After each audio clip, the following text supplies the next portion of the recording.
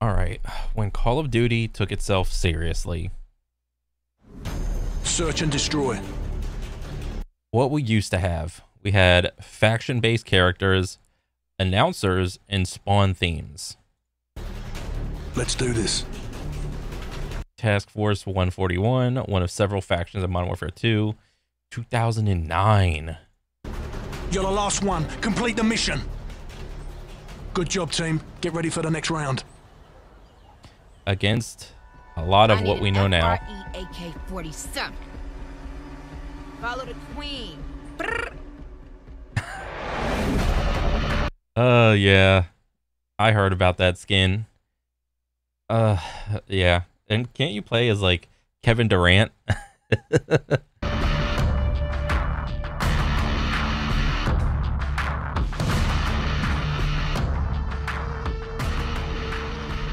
That's a good-ass Guitar Hero riff. Or not Guitar Hero. That's a good-ass guitar riff.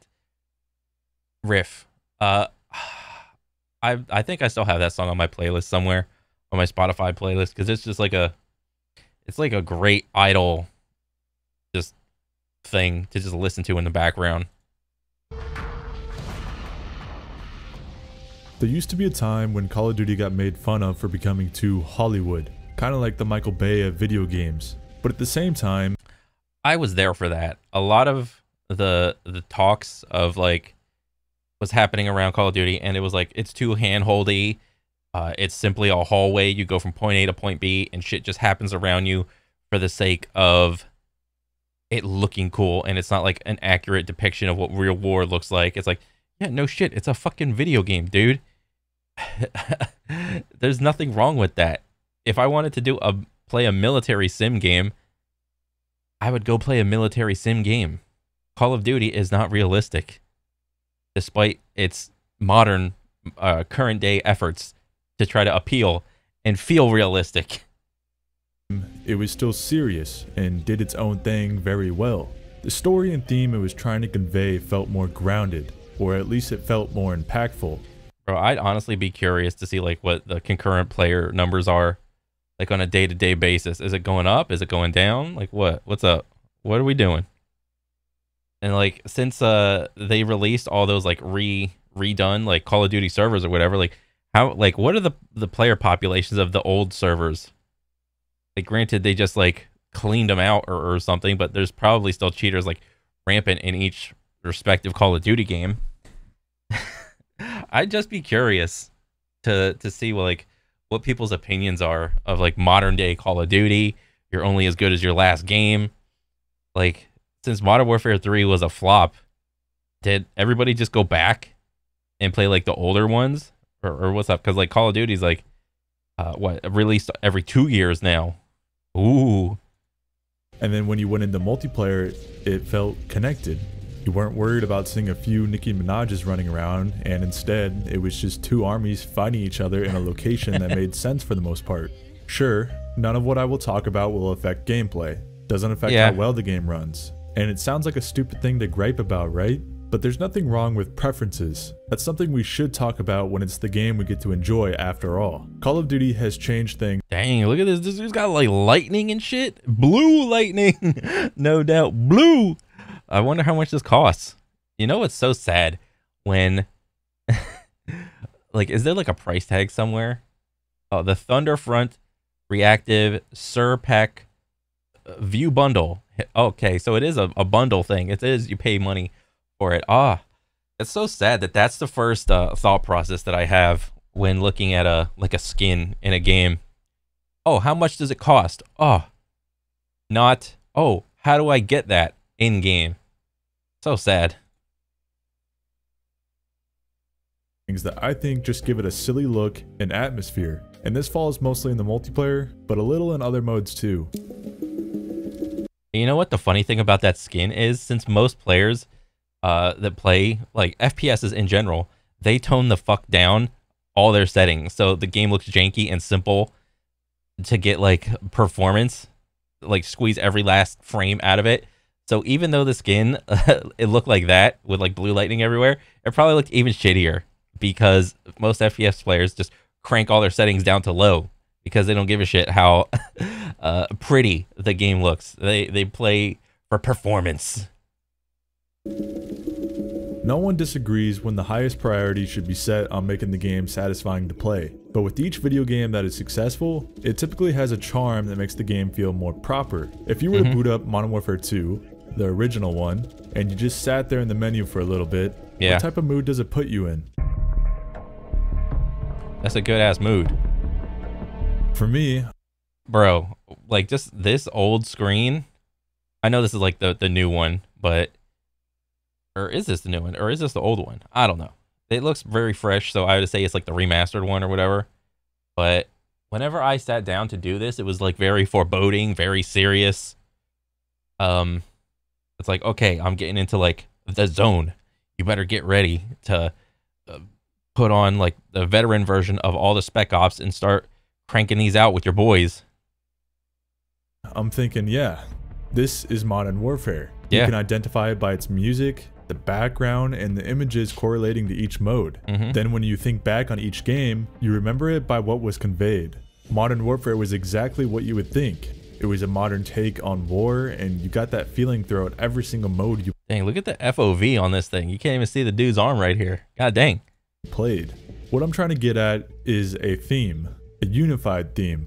You shouldn't ever underestimate the power of this. A theme can help immerse you into the game.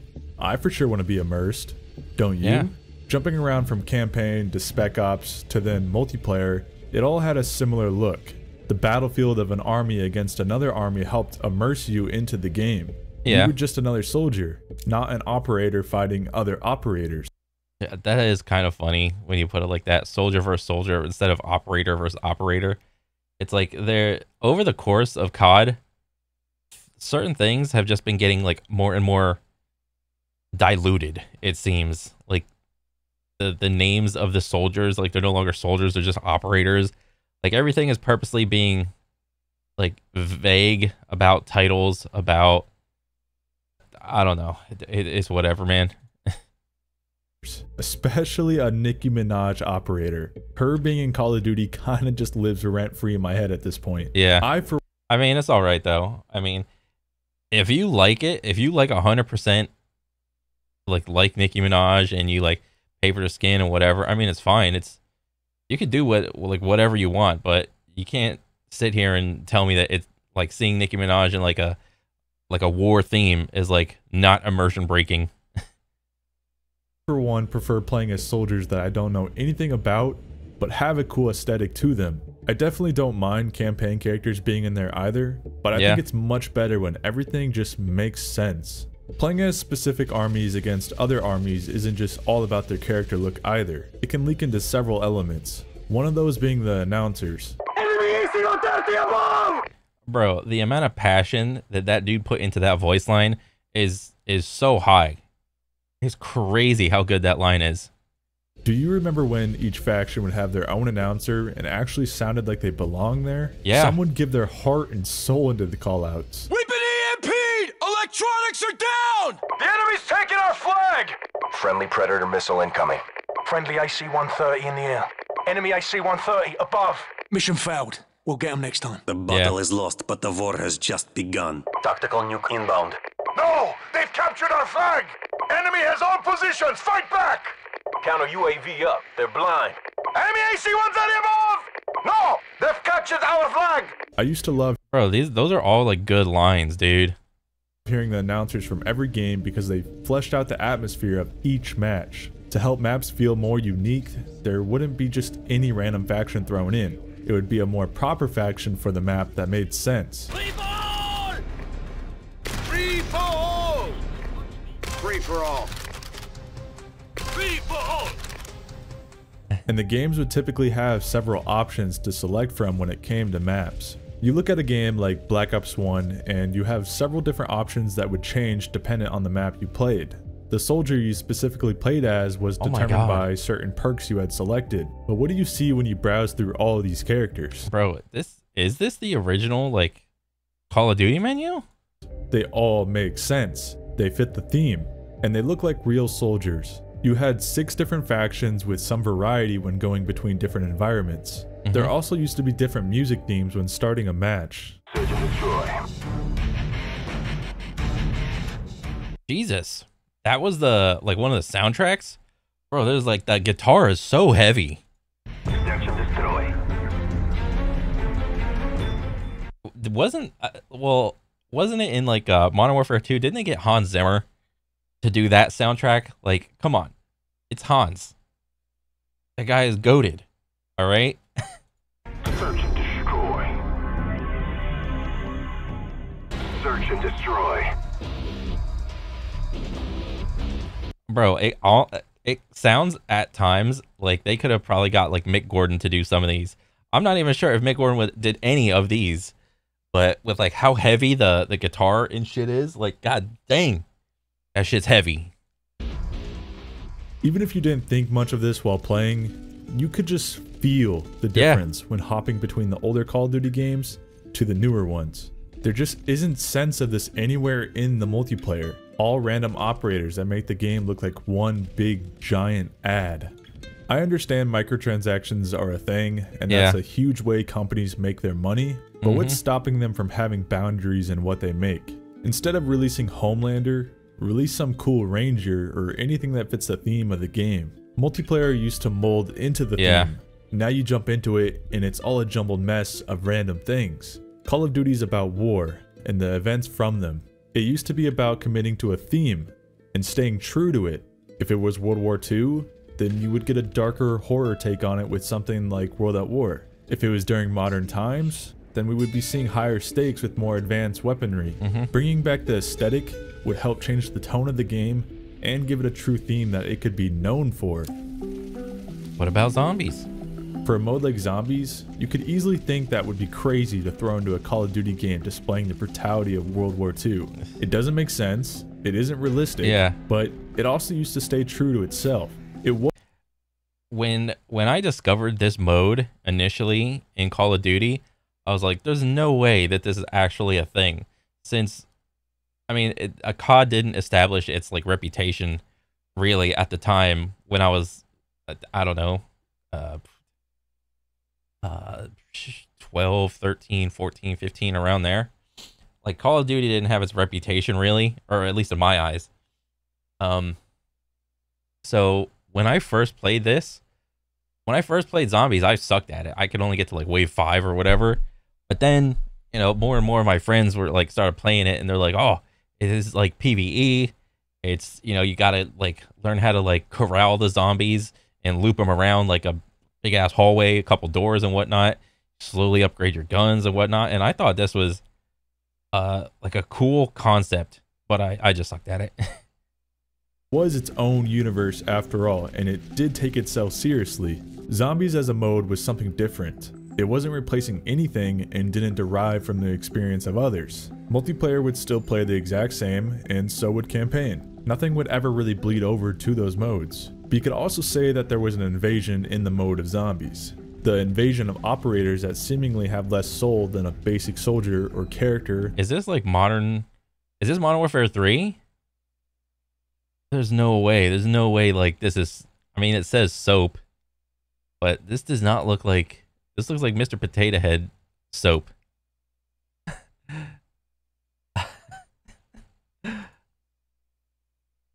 Oh my gosh. That look like they would belong there.